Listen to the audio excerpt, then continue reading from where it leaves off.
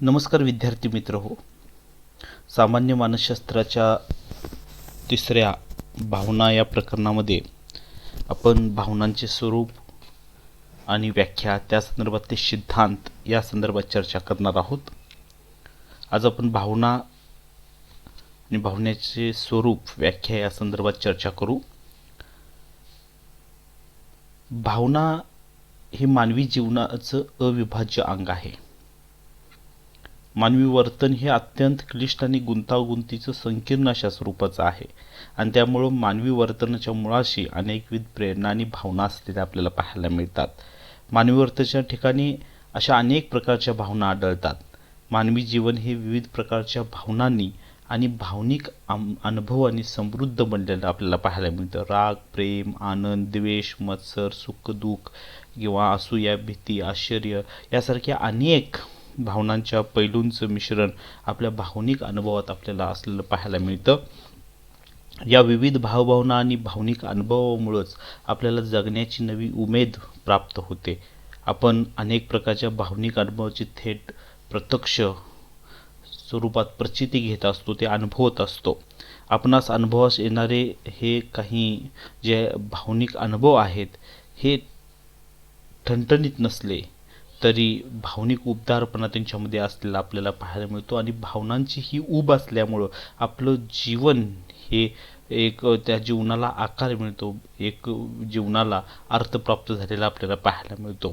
जर का हे भावना नसत्या तर आपलं जीवन वृक्ष निरस झालं असतं आणि त्यामुळं मानवी जीवनामध्ये भावनांना आपल्याला खूप महत्त्वाचं स्थान असलेलं पाहायला मिळतं आणि मानवी जीवनामध्ये व्यक्तीला कोणती ना कोणती तरी भावना ही निर्माण झालेली पाहायला मिळते, तरच त्या व्यक्तिमत्वास किंवा व्यक्तीच्या आयुष्याला अर्थ प्राप्त होतो. अन्यथा ते जीवन, ते व्यक्तिमत्व एकसुरी बनेल आणि त्यामुळे सुख दुःख ह्या ज्या भावना अनुभव आपल्याला जे येत असतात जीवनामध्ये, त्यामुळं आपलं जीवन खऱ्या अर्थानं हे अर्थपूर्ण बनत असतं. तर आपण भावनांचं थोडक्यात स्वरूप आणि त्याच्या व्याख्या या संदर्भात चर्चा करू. आपल्याला भावनिक अनुभव नेहमी येत असतात आणि त्याचं स्वरूप ही व्यापक असतं आणि भावना अनुभव हे सतत बदलतात. जसं आपल्याला अनुभव येतील, जशी परिस्थिती समोरची असेल, जशा प्रकारचे समोरचं घटना असतील, प्रसंग असतील, त्याप्रमाणे आपल्यामध्ये भावना अनुभव हे निर्माण होत असतात. आणि मानवी जीवनामध्ये सुख दुःख असेल, राग द्वेष असेल, भीती, आश्चर्य, आनंद, आसुर्या, घृणा यासारख्या भावना नेहमी निर्माण होत असतात. आपण त्याचा अनुभव घेत असतो आणि भावनांचं स्वरूप बघत असताना त्याला इंग्रजीमध्ये इमोशन हा शब्द आहे आणि तो लॅटिन भाषेतील इमूवर या शब्दापासून बनलेला आहे. इमूवर या शब्दाचा अर्थ जो आहे प्रक्षुब्ध होणे, भडकणे किंवा अस्वस्थ होणे असा त्या शब्दाचा अर्थ आहे. म्हणजे भावनानुभव जे आहेत हे जेव्हा निर्माण होतात तेव्हा प्रचंड प्रमाणामध्ये आपल्या शरीराअंतर्गत आणि शरीराबाह्य अशी उलथापालथ होत असते, खळबळ माजत असते. म्हणजे ह्या व्याख्येवरून आपल्याला लक्षात येईल, ह्या शब्दाच्या अर्थावरून आपल्याला लक्षात येईल की व्यक्तीमधील प्रक्षोभित, आंदोलित किंवा अस्वस्थतेची अवस्था म्हणजे भावना. व्यक्तीमध्ये जी प्रक्षुब्ध अवस्था निर्माण होते, आंदोलित किंवा अस्वस्थतेची अवस्था निर्माण होते, त्याला आपण भावना म्हणतो. मॉर्गन आणि किंग या विचारवंतांनी, मानसशास्त्रज्ञांनी जी व्याख्या केलेली आहे ते असे म्हणतात की उत्तेजक आणि प्रेरक गुणधर्म असलेली, चेहऱ्यावरील आणि शारीरिक हावभावांनी युक्त अशी जाणीवेची व्यक्तिनिष्ठ स्थिती म्हणजे भावना. म्हणजे आपल्या चेहऱ्यावर जे आणि आपल्या शरीरामध्ये जे हावभाव व्यक्त होतात त्याची जाणीव जी व्यक्तीला होत असते, अशी स्थिती जी आहे व्यक्तीची ती म्हणजे भावना, असं मॉर्गन किंग असं म्हणतात.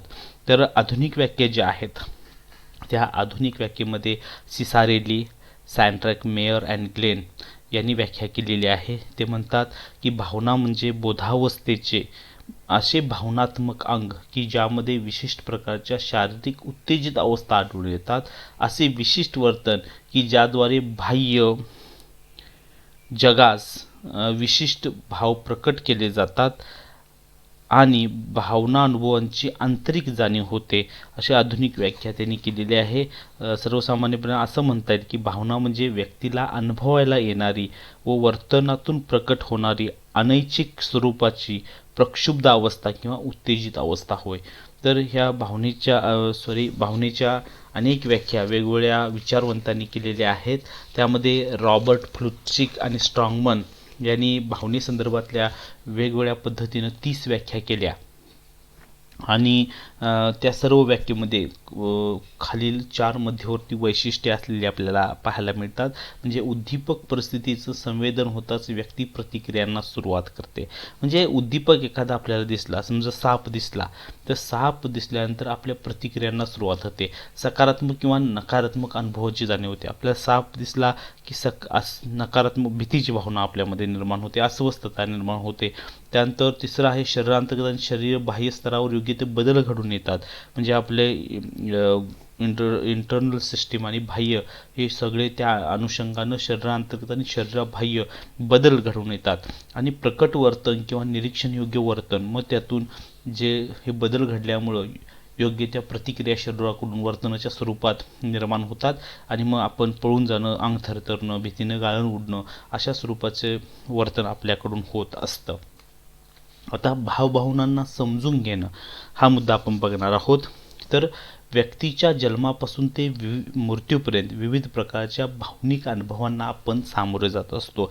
हे सगळे अनुभव जे आहेत हे चांगले वाईट असतात, पण साधारणतः सुरुवातीला बाल्यावस्थेमध्ये सुखद आणि असुखद अशा 2 मुख्य भावनांचे अनुभव आढळतात आपल्यामध्ये आणि वाढत्या वयानुसार विविध भावनांची त्यामध्ये भर पडत जाते आणि मग आपल्याला हवे ते मिळाल्यामुळं बालकामध्ये आनंद मिळतो, जर मिळालं नाही तर त्याला वाईट वाटतं.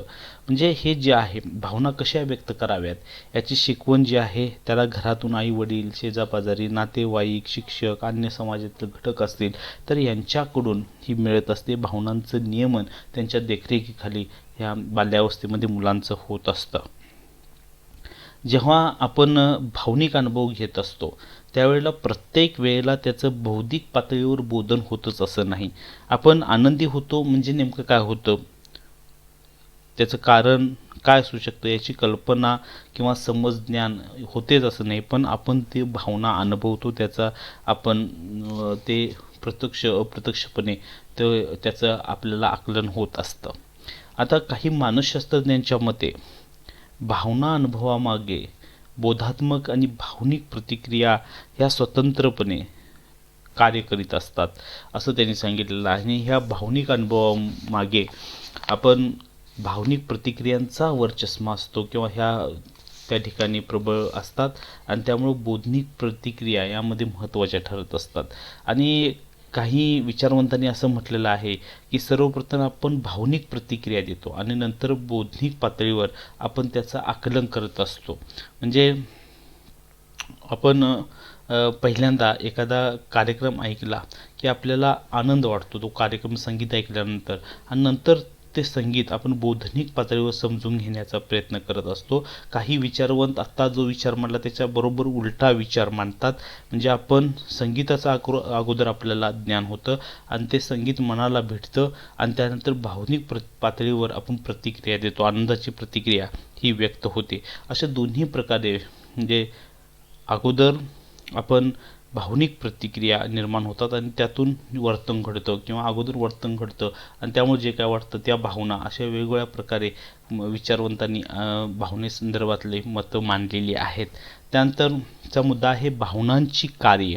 आता भावनांची कार्य विचारात घेत असताना आपण बघितलं की मानवी जीवन हे अतिशय संकीर्ण, गुंतागुंतीचं आणि क्लिष्ट आहे आणि वर्तनाचं एक प्रमुख अंग म्हणून भावनेकडे पाहिलं जातं आणि ह्या वर्तनाला भावनेमुळं एक वेगळं रंग आलेला आहे, रूप आलेलं आहे आणि त्याच्यामध्ये भावनिकतेमुळं आंतरक्रिया ह्या परस्परामध्ये निर्माण होत असतात. मानवी जीवन हे भावनेमुळं पूर्ण भावनेमुळं व्यापलेलं आहे, अर्थपूर्ण बनलेलं आहे. त्यांच्या व्यक्तिमत्वामध्ये एकसुरीपणा जो आहे तो निघून गेलेला आहे. म्हणजे आपण कोणत्या ना कोणत्या तरी प्रकारच्या भावना अनुभव हे घेत असतो जीवनामध्ये. म्हणजे कुणामध्ये भावना निर्माण होत नाहीत अशी एकही व्यक्ती आपल्याला पाहायला मिळणार नाही. म्हणजे चांगल्या वाईट, सुखद दुःखद वेगवेगळ्या प्रकारच्या भावना अनुभव आपण प्रसंगानुरूपी घेत असतो आणि भावनांचं अनेकविध भावनिक अनुभवामुळं आपलं जीवन खऱ्या अर्थानं हे अर्थपूर्ण बनलेलं आहे आणि त्याला सुसह्य बनलेलं आहे असं आपल्याला म्हणता येईल. मग फ्रेडरिकसन यांनी काही भावनांची कार्य स्पष्ट केलेली आहेत की आपलं जगणं आनंददायी बनणं याच्या पलीकडे जाऊन भावनांची काय भूमिका आहे, तर आणखी काही या भावनेचे उद्देश आहेत काय, तर याचं उत्तर फ्रेडरिकसन यांनी होय असं दिलेलं आहे. त्यांनी काही भावनांची कार्य फ्रेडरिकसन यांनी स्पष्ट केलेली आहेत. शेरेर यांनी मानवी जीवन जगण्यासाठी अर्थपूर्ण बनलं पाहिजे आणि एवढीच भावनांची भूमिका नाही, म्हणजे भावनेमुळं मानवी जीवन अर्थपूर्ण बनतं इथपर्यंतच भावनेची भूमिका नाही, तर त्यापेक्षाही अधिक महत्त्वाचं कार्य भावनांचं असतं असं शेरेर यांनी म्हटलेलं आहे. आणि त्यांनी भावनेची 3 कार्ये सांगितलेली आहेत. पहिलं आहे शक्ती संचलन आणि क्रियात्मकता, म्हणजे आपल्या सभोवतालचे उद्दीपक घटक जे आहेत त्याला अनुसरून दिल्या जाणाऱ्या प्रतिक्रिया, यामधील दुवा म्हणजे भावना, म्हणजे आपल्या आजूबाजूला जे उद्दीपक घटक आहेत, जे उद्दीपक आपल्याला पाहायला मिळतात आणि त्याला आपण अनुसरून ज्या प्रतिक्रिया देतो, या दोन्हीमधला दुवा म्हणजे भावना. म्हणजे भावनेमुळं शारीरिक क्रिया आणि शक्ती संचलन वाढतं. म्हणजे आपण बघा, आपण एखादा प्राणी म्हणजे एखादं भीतीदायक कुत्रं आपल्या पाठीमागे लागलेलं आहे आणि त्याच्या चावण्याच्या भीतीपोटी आपण सुटका करून घेण्यासाठी आपण जोरात पळ काढतो, पळतो. म्हणजे आपली भीतीची जाणीव जी आहे, भीतीची भावना आपल्या रुक्रस्त घंटीमधून ॲड्रिनल स्त्राव ही अधिक वेगानं सोडते आणि ॲड्रिनल स्त्राव अधिक वेगानं स्त्रवल्यामुळं आपल्या यकृतामध्ये साखर जी आहे, अधिकची साखर रक्तात सोडली जाते, हृदयाचं स्पंदन वाढतं, रक्ताभिसरण वाढतं, रक्ताचा दाब वाढतो, स्नायूंवरील नियंत्रण वाढतं, अधिक शक्ती संचयन आपल्यामध्ये होतो आणि मग आपण प्रचंड शक्ती जोम आपल्यामध्ये येतो आणि आपण वेगानं पळू लागतो. म्हणजे भावनेमुळं शक्ती संचलन आणि क्रियात्मकता वाढते. हे एक भावनेचं महत्त्वाचं कार्य आहे. त्यानंतर भावनेचं दुसरे कार्य आहे वर्तनाला आकार देणं. आता मानवी जीवन हे अनेक अनुभवांची गोळाबेरीज असते. मानवी जीवनाला जो अर्थ प्राप्त होतो तो भावनेमुळं, म्हणजे वर्तन जे आहे, वर्तनाचं एक अंग म्हणून आपण भावनेकडे पाहतो आणि भावनिक अनुभव, विशिष्ट भावनिक अनुभव आल्यानंतर आपण तशा प्रकारच्या प्रतिक्रिया देत असतो आणि त्यावरून भविष्याची वर्तनाची दिशा निश्चित होत असते. म्हणजे सुखद अनुभव, भावना अनुभव आले असतील तर तसे अनुभव वारंवार आले पाहिजे म्हणून त्या अनुषंगानं आपण वर्तन करत असतो. म्हणजे चांगल्या गोष्टी, म्हणजे आपल्याला सुखद अनुभव मिळाले पाहिजे, सुखद गोष्टी करण्याकडे आपला भर असतो आणि म्हणून सुखद भावना अनुभव आले असतील तर तसं वर्तन व्यक्ती करायला उद्युक्त होत असते. किंवा एखादं वर्तन ज्याचा आपल्याला ऋणात्मक फटका बसत असेल किंवा त्याच एखाद्या वर्तनातून आपल्याला त्रास होत असेल, ते वर्तन असुखद असेल तर ते वर्तन आपण टाळण्याचा प्रयत्न करतो. म्हणजे एखादी गोष्ट आपण वारंवार कधी करतो, जी सुखद गोष्ट आहे, आपल्याला सकारात्मक गोष्ट आहे, ती वारंवार केली जाते आणि ज्या गोष्टीपासून आपल्याला दुःख मिळतं, असुखद आहे, अशा गोष्टी आपल्याकडून होणार नाहीत याची आपण खबरदारी घेत असतो.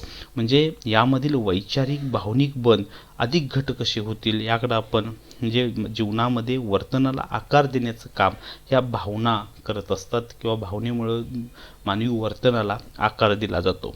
आणि तिसरं आहे सामाजिक आंतरक्रियांचं नियमन. आपण भावना व्यक्त करत असताना शाब्दिक अशाब्दिक स्वरूपात करत असतो. म्हणजे काही आपण वेगवेगळ्या प्रकारचे ज्यावेळी भावनिक अनुभव घेत असतो आणि भविष्यात ते अनुभव कशा प्रकारचे असतील याचा अंदाज बांधण्यासाठी हे भावनांचं ज्ञान ही उपयुक्त असतं आणि यातूनच परिणामकारक आणि सुयोग्य अशा सामाजिक आंतरक्रिया ह्या घडून येत असतात. आपण बघा की प्रचंड विजेचा कडकडाट आहे आणि लहान मुलं घाबरलेली आहेत. अशा परिस्थितीमध्ये आई त्यांना लगेच उचलून घेऊन छातीशी कवटाळते आणि मग त्या मुलाला सुरक्षित वाटतं, आधार मिळतो. आणि जेव्हा भविष्यात जेव्हा विजेचा केव्हा कडकडाट होईल तेव्हा ते मूल आईच्या सहवासात स्वतःला सुरक्षित ठेवतं. म्हणजे अशा विविध अनुभवामधून व्यक्तीच्या सामाजिक आंतरक्रियांचं नियमन केलं जातं. सामाजिक आंतरक्रियांच्या नियमनामध्ये ही भावनेची भूमिका अत्यंत महत्त्वाची आहे. तर आपण यामध्ये भावना म्हणजे काय, भावनेचं स्वरूप आणि त्याची थोडक्यात वेगवेगळ्या व्याख्या आणि भावनेची कार्य या संदर्भात चर्चा केलेली आहे. धन्यवाद.